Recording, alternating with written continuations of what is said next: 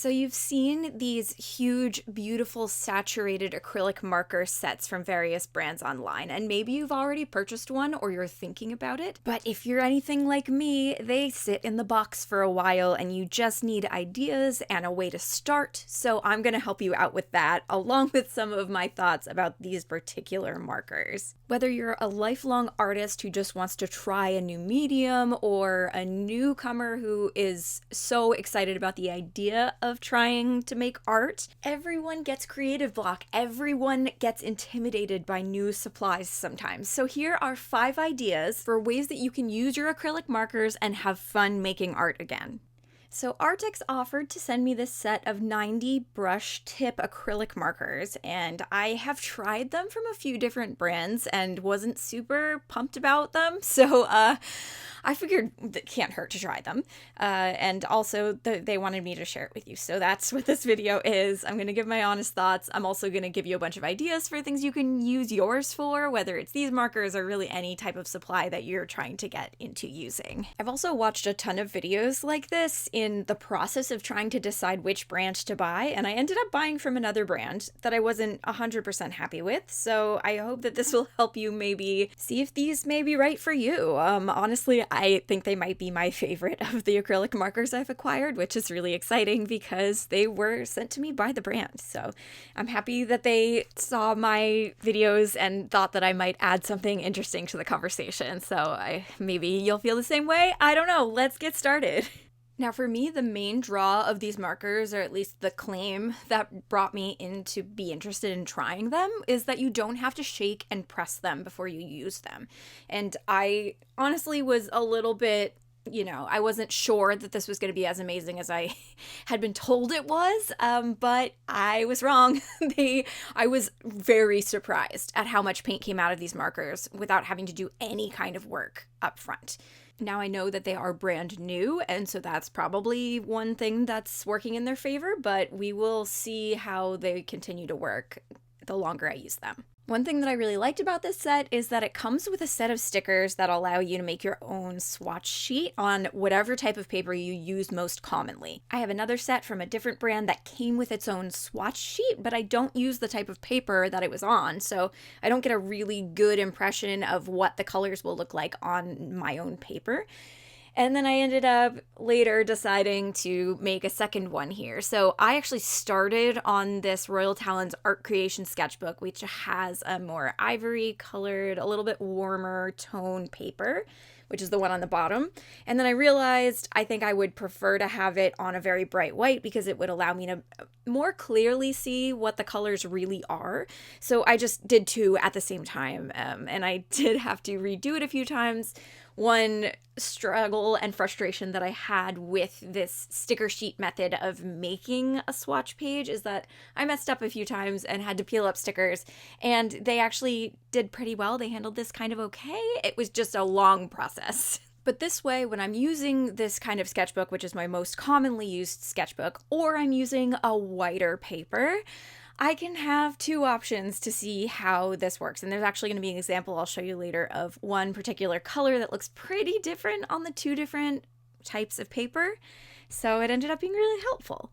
The other reason why I decided to make this second swatch page on a separate piece of paper is that I could fold it up and put it inside of the box, because I'm not always going to want to find this one sketchbook. Once I fill it up, I'm probably not going to look at the swatches in that notebook anymore. So this one can stay with the markers. And as you can see here, I ran out of page space to the right of the swatches, so I actually used the stickers to attach a second piece of paper. I also wanted to make sure that these were placed in the exact same order that the markers are, so that if I'm looking for a marker and I'm able to keep the box organized the way it was when it came to me, I can find the color that I want without looking through all of the markers. I can kind of figure out which row and column it's in. Which is why you see me tearing up the stickers and repositioning them here, because I actually did them in the wrong order. So, trial and error, we got there eventually. I was happy to see that there are 2 metallic colors in this particular set. They call it the 90A set on their website, at least right now. And as you can see here, there's a gold and a silver. So I don't use a ton of metallic colors in my work, but I think that those are pretty common, and so I might find a way to use them. And speaking of colors, I'm going to talk about this a little bit more as I go and start using them, but it is really difficult, at least for me, to decide which colors to buy. And while there are 90 options in this set, and that is a lot, there were situations I came across while I was using these for the first time that I didn't have a color that I wanted in the set. So I figured out how to kind of mix things and layer stuff on top of other colors, and so I'll show you kind of my tips and tricks for that, at least so far. So you might not have to buy more colors, we'll see. And because I'm me, I got a little bit crafty with putting together the swatch sheet at the end. I did have reasons for this, aside from just aesthetics and putting off actually starting to make art with this set because I was intimidated. Because the paper that I chose is just kind of very smooth, bright white marker paper, and it isn't especially thick. So I didn't want the swatch sheet to get all bent up, and this plastic tape that I put along the top and also to reinforce the back a little bit will make it feel a little bit thicker and more substantial and make it less likely to get messed up in the box. I want it to last as long as possible, so that's why I did that. Also, it's pretty.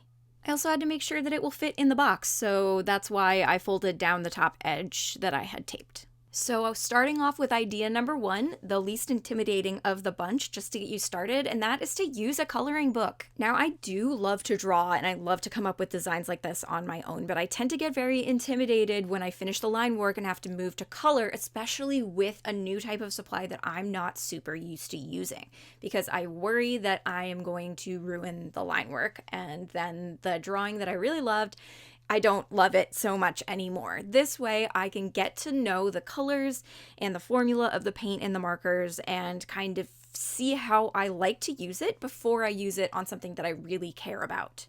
I was really excited when I realized that I, as an artist, can still do this because I don't know, I see so many cool ones out there. There are so many artists that make amazing stuff, and how much fun is it to use a coloring book? It's fun. It's not as intimidating as starting with a blank page completely. And then my hope is that I would come out of this experience feeling more comfortable with the markers and being able to use them on some original artwork of my own. So I started out by just filling in block color in whatever marker I thought seemed good, at least to start with. Now, the markers are pretty opaque. They look very opaque on the blank page, and then as I started to layer them, certain colors had more trouble covering what was behind them, but I actually learned to use that to my advantage because I could layer the colors a little bit to change them if I wasn't super happy with the color that I chose. So that made me feel a lot better about just getting started and not worrying that I will make a mistake. For example, on these rocks, I painted some of them a light purple and then painted all of them, both the blank ones and the purple ones, with the same pretty warm light gray. And you can see a slight difference after I color. And I actually really liked the difference. I liked that they weren't all exactly the same, but that they weren't completely different colors either. Then I started to get some practice with adding shadows. And so I took this light 20 pink and then looked at a few of the other pinks that were a little bit darker to try and figure out what color I wanted to make the shadows. Now, I thought that this other one was a little too close and ended up going more in the coral direction. It's a little bit darker and a little bit more saturated than the light pink. Now, these are all brush tip pens. They don't come with a dual tip or anything like that, and I actually really love that. I love that they feel a little bit like a paintbrush, but I can have a lot more control than I at least currently do with paintbrushes. And the main reason why I love working with a brush tip pen is that I can get some pretty great line variation that gives my work a lot more character. The less you push, the thinner a line you get. So during this step, I really wanted to see what I could get in the way of details out of these pens. And obviously it's going to take some practice. I'm new at using these. This is the first project that I used them for, but I found that I could get some pretty tiny details. This particular coloring book artist is known for having a ton of really, really tiny details, so this was definitely being put to the test in this situation. But I personally don't use as many tiny details in my art, so I wasn't as worried about the fact that I was having trouble with the really, really small bits. Luckily, there are things like fine liners available, and so when I am coloring in the future, not for a review video, I might switch to something different when things get really small. And here is the first situation where I did not have a color in the set that I really wanted. So I love these sort of moody, desaturated dark colors, like number 52 right here. And so I used that to color some of these mushrooms, and I wanted a darker version of that for the shadows, and it's really not in this set. So what I ended up doing, and it ended up working out really well, which I was surprised by, was I chose to go with something more saturated that was in the same family, but it wasn't quite what I was going for. So it ended up being like this dark magenta instead.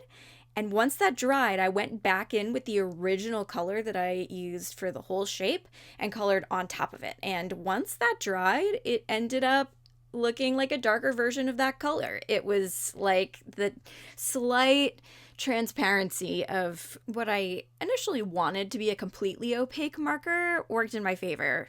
It also kind of pushed me out of my comfort zone, which in the long run I think was really good. I ended up using this super dark teal on the background of this like mushroomy gray color because I didn't want it to go into the black or silver direction, but it had the value of what I wanted, and I actually really ended up liking it, even though it's not at all the same color.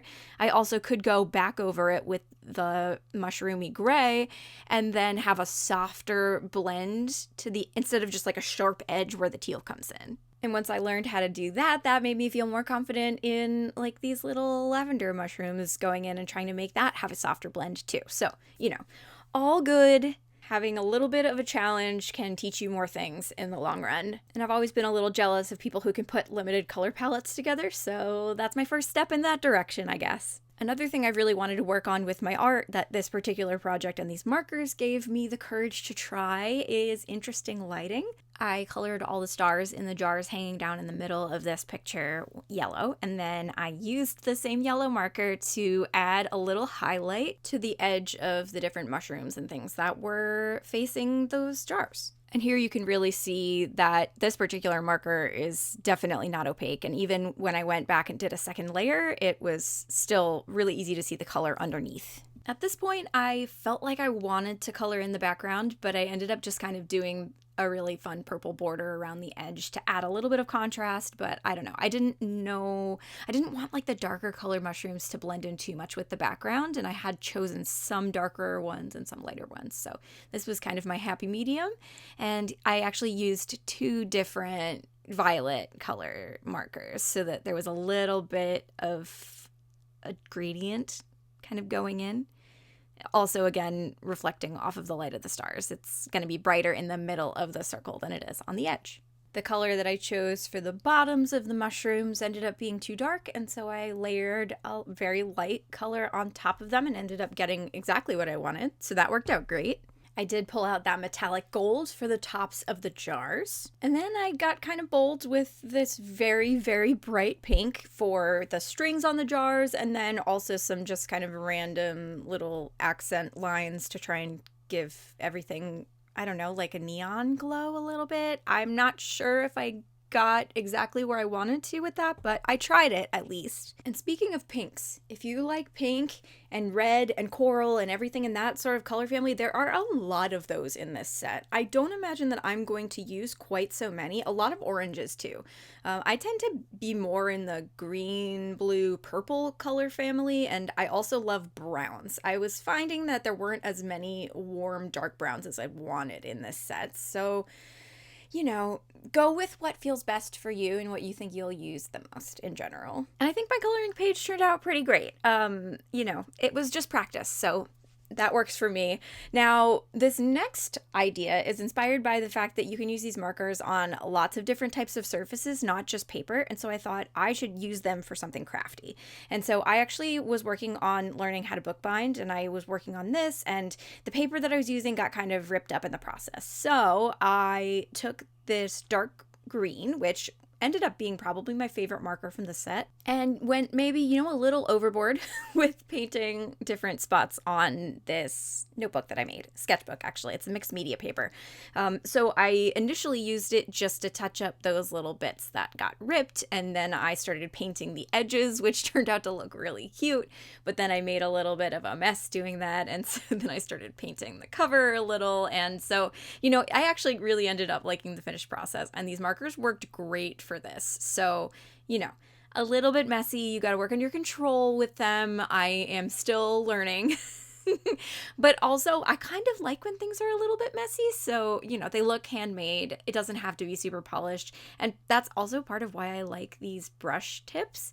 I like that I can have some control, but that it gives my work a little bit of character as well. It's not going to be too perfect. And then I don't feel like I have to make it perfect, because the looseness of them is kind of what makes them so great. So after this project, I kind of took a look at the markers I'd been using the most so far, and this is kind of what I ended up with. So this is my limited-ish palette from the full 90. I definitely am still going to grab things from the full box, but I like the idea of starting with these and then grabbing more as I need to kind of see if I can get my art looking more cohesive. So for idea number 3, I'm pulling out my Talents Art Creation Sketchbook, which is the one I use most often these days. I love these sketchbooks for the quality and how inexpensive they are. And so this idea is just making a mess. We're just going to draw things and see what happens. This does not have to turn out good. It's just for practice, but having a blank page to start with can be a little bit more intimidating. So I have to say, I did not really like how this was going, and I ended up loving how it turned out. So don't feel like the weird middle of your process is where you should stop. You should keep going past that and see where it takes you. So I started with no plan whatsoever, and with my comfort zone. I picked my favorite lighter color of the mix, so this lavender, I love it. And I also like drawing these little, like, messy 7-pointed stars these days. So I have to say, during this particular step, I liked the stars, but I was finding that the marker and the paint in it was starting to get a little bit streaky. And so now this is me wondering, have I gotten past the good, like, super saturated initial use of these markers already? It made me a little bit nervous. And you'll see later in this video that I actually do kind of figure out what to do in this situation. I realized that I had been storing my favorite markers horizontally because they were just laying on the table from the last time that I took these out and was working on them. This process actually took me a couple of weeks, all these different pieces. And then I realized that the box they came in, they are all stored completely vertically and face down. And so I realized, probably the reason why it's starting to go is because it needs gravity to pull the paint down, because you're not shaking and you're not pressing on the tip like you are with more traditional acrylic markers. So I did move them into a mug. And I think that helped. I'm a little less nervous about how quickly that particular color seemed to thin out. Which also made me think of another concern that I have, which is that if I'm using a few markers from the set way more than I'm using the rest of them, and they start to run out, do I then have to buy an entire set of 90 more markers, or can I replace just 1 or 2 of my favorite colors if they do run out of paint? I looked on their website and I didn't see individual markers, so I might ask them about that. Now, earlier I mentioned how important it is to push through the weird middle process of a drawing like this, where you go in without a plan and you're finding that maybe you don't like where it's heading. I did not love this sort of bush situation that I ended up with here. But the more I layered on different colors and I added different, textures, shapes, all of that stuff, the more I became okay with it. So definitely keep working on it, even if you are realizing that you're not happy with where it is, because you can always cover up what's there. I mean, you can even grab like a piece of paper and tear it and put some kind of collage on top of it, like just glue things on top to cover it. So, it's not a waste, it's all practice, and we're just going to see what happens because it might turn out okay. And now is the part where I learned my favorite thing to do with these markers, and that is to just smear a bunch of the different colors together until I have layers and layers of really interesting looking blends of paint. This completely changed my mind about how annoyed I was about that really light, kind of transparent layer at the bottom with the marker that was having some trouble getting the ink flowing again. I think because I went in and was really gentle with the paint instead of scrubbing into the paper, I didn't end up with any pilling in this particular drawing. And that's something that other brands, I've stopped using them and their acrylic markers in this particular sketchbook. And I use a sketchbook a lot, so that's kind of a bummer. It's one of the reasons why I don't use acrylic markers that much anymore. And so I'm really excited about the prospect of being able to just kind of do a bunch of layers, and as long as I have one kind of light layer at the bottom, it builds up a surface that I can color and blend on without ripping up the paper. Oh, hey, I noticed this about the design of these markers. The bottom and the cap are both the color of the paint, and then the middle of the marker is white, so that if you do accidentally put the wrong cap on the wrong marker, you can pretty easily figure out where you went wrong. The number of the color of the marker is written on the bottom of the body of the marker, so it's not written on the cap as far as I could tell, so you just have to do that by sight. Now, if you end up trying this method, definitely test out all the different markers and how they blend with each other, because I found that this super dark, like fuchsia magenta situation just is so much blendier than a lot of the other colors. I also found later that the black blends really well, which is kind of scary and also very exciting. Oh, look at that. Look how that color kind of gets mixed in with the lavender when you do that on top. I also did test out how quickly you can clean off the lighter colors if you make a big mess like this, and I was doing it with the black marker. So you can definitely make a mess with these and it doesn't completely ruin them, at least not in the way that I've seen so far. I am going to keep messing with this because, like I said, I had so much fun once I got messier and was less precious with the supplies. I also did start liking the foliage a little more when I added this darker green in there for contrast. Again, this is one of my favorite colors from the whole set. So yeah, I'm glad that I brought this in. And this is the point where I became very happy that I spent all that time making 2 separate swatch sheets on different types of paper. So I am super into like light sky blues. And there's this 55A, which is, it looks like a mint green on the white paper, but it looks like a more desaturated sky blue on the off-white paper. So very happy that I noticed that. I actually tested them both out and I realized that I preferred the greenish one, especially on this color paper. So again, it ended up being worth the time that I spent making all of those different swatch sheets, because now I have a resource that I can look at when I'm trying to decide which color to use, and that makes me less nervous to use the colors because I kind of know what to expect with them now. If you're drawing along with this exercise at home, just keep on adding things. Just kind of, you can go back and add more layers onto things that you've already done, like I am with these stars again. You can add more dots and dashes and scribbles and little characters if you like to do that. Whatever your comfort zone is, just keep adding stuff. Think about your composition, fill in different areas of the page, balance it the way you want to, whether you want everything to be kind of evenly spaced out or more asymmetrical, like mine turned out to be. It's just meant to be fun, and you'll learn things along the way without even realizing it. Maybe it's cheating because this isn't from the same marker set, but I've found that I really love adding my handwriting to art lately. I do a lot of journaling, and I find that it adds a really personal touch. So whatever I'm feeling when I'm working on a piece of art, sometimes I will just scribble random words or sentences that are kind of going through my head while I'm working on it. Part of the reason why I love making art like this so much is that things come up in your head when you're just kind of freely exploring those materials that you didn't even realize were hiding in there. And so I just, added a little bit of journaling to this page just to give it an extra little touch of me. Sometimes when I'm doing these sorts of art pieces, they don't necessarily feel like me, and this was a way that I kind of tied it back in with the rest of the work that I like to do. For project idea number 4, we are going to make some space blobs. So this is something I did a bunch when I started using wax pastels, and so I wanted to try it with these markers. I think I'm a little nervous to try and use it with paint and a brush, so this is kind of perfect. I was also having similar problems with this light pink marker that I mentioned earlier. This was before I started storing them vertically in a mug when I wasn't using them. So keep that in mind, store them vertically if you can, and yeah, it seems to be the lighter colors that I'm having problems with first, so that makes sense, I guess. I did start getting a little bit of pilling. I think it's because I was having trouble getting this really light blue marker to give me like any kind of opaque color that I wanted, and so I, after that, started being extra careful about how much I was pushing, because I remembered last time that it worked out really well. So yeah, that I was a little bummed about that, but we're going to be extra careful from here on out and hopefully avoid having that happen too much.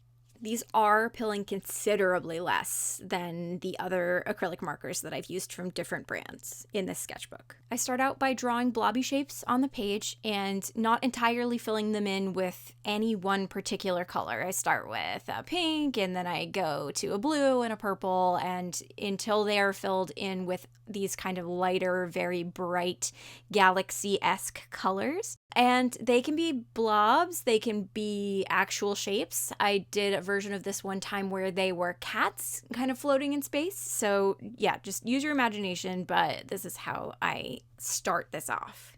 The next step is to build up those super blendy layers like I did on the stars earlier, and I am finding out that the darker colors mix better.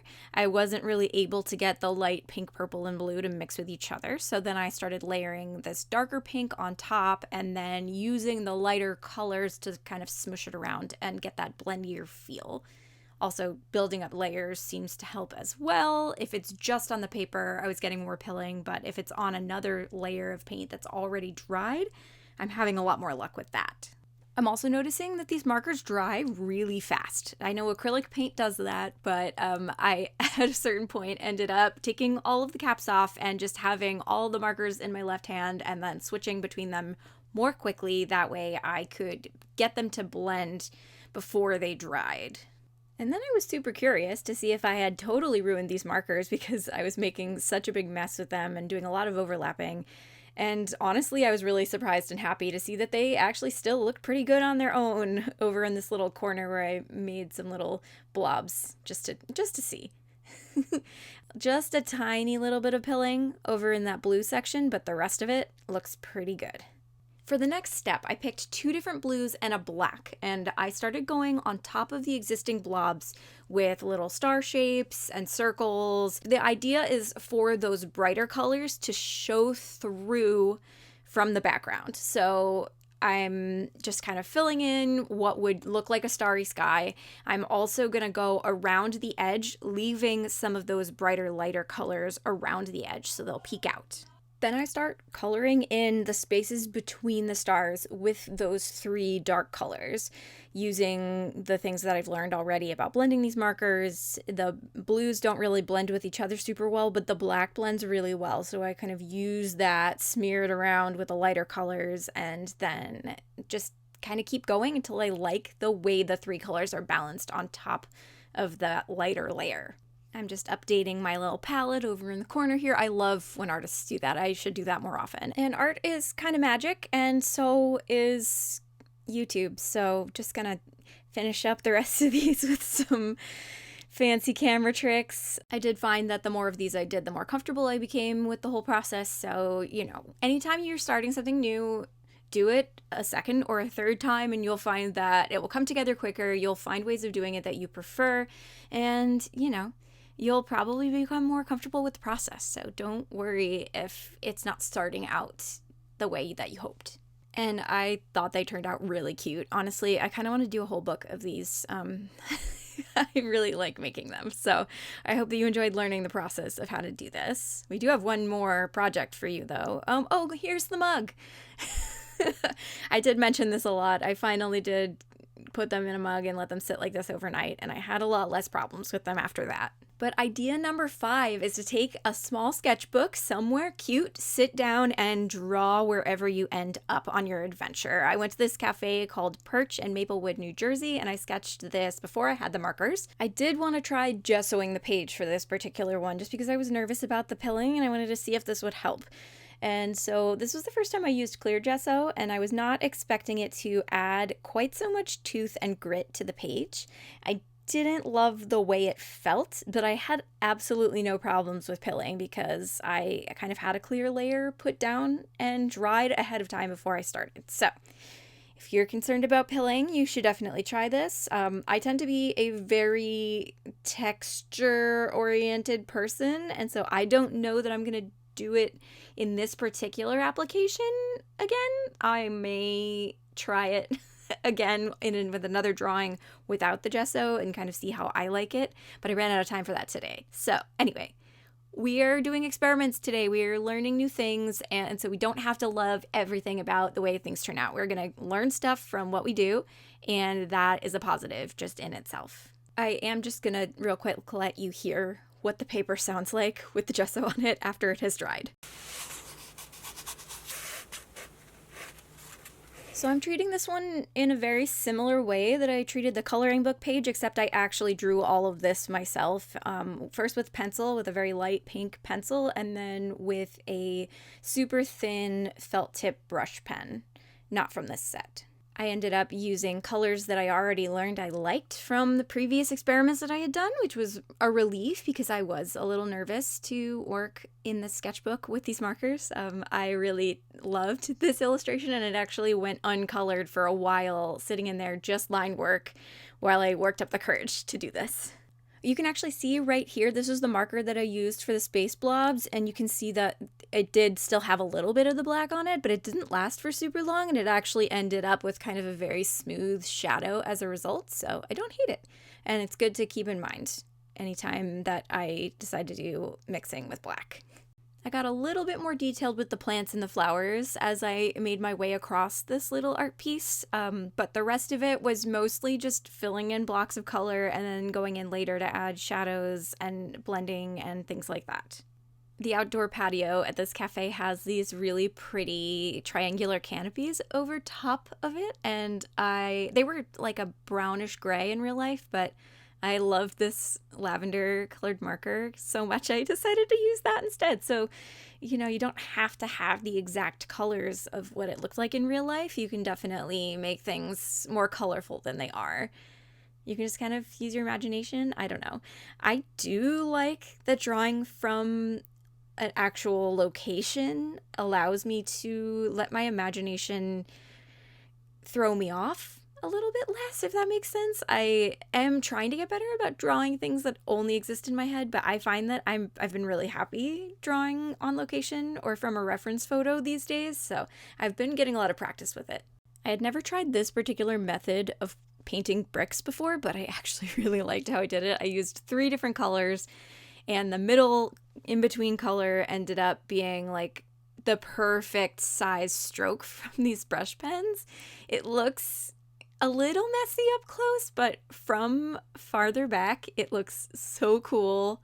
It looks like a flat on the front with just a little bit of a curve on the top and the sides and the bottom, like actual brick walls are. At least this one didn't have as much grout. It was a little bit more 3-dimensional, and I kind of can't believe I captured it as well as I did. This was a fun surprise for me. Now, the fence, the planter boxes, and then the area on the ground behind the planters threw me for a loop with this particular arrangement of colors. This is where I could have used more dark browns and just kind of brownish grays that were on the darker side and weren't quite so silver. I did end up trying to mix a color that was just kind of a muddy color in the background here.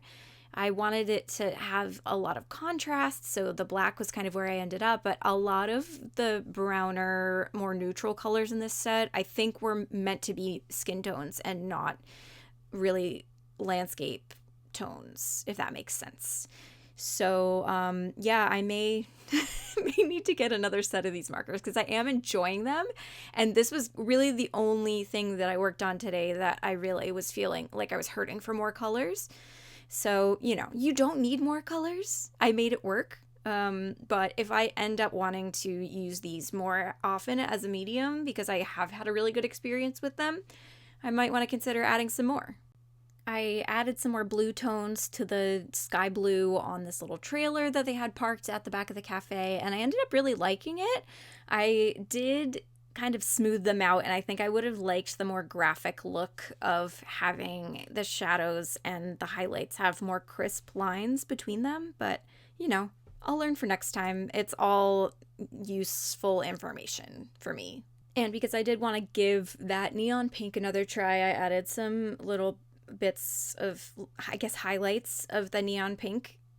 Keep trying to make this kind of extra color happen with my drawings, so I will eventually figure out the way that I like to do this. And I really like this color for whatever reason. I'm not normally a pink person, and I don't know. There were pink flowers at the cafe. It felt like it made sense. So I'm going to keep on trying it and see how it evolves in my style.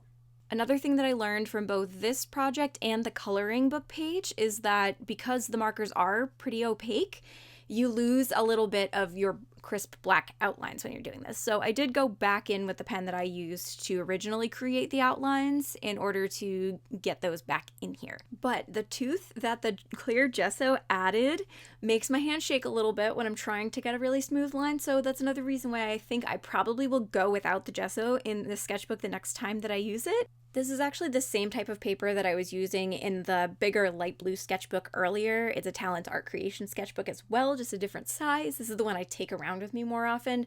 So I imagine that it will turn out pretty similarly to the other projects I did in that sketchbook earlier in this video, since this was the only one that I did use the gesso for. But if you are interested in seeing what I create going forward with both these art supplies and other art supplies that I have, I post on Instagram a lot more often than I post here on YouTube, so you can follow me at LaurenFairWX over there to see more things that I'm making.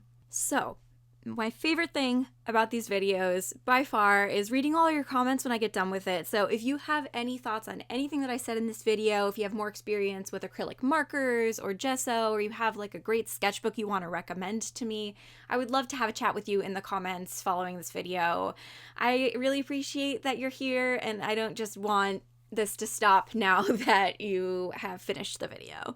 So thank you so much for watching. Thank you, Arrtx, for sending me these awesome markers. I really like them. I would love to use them more and maybe try some more colors. So yeah, happy that you're all here, and I hope to see you again soon.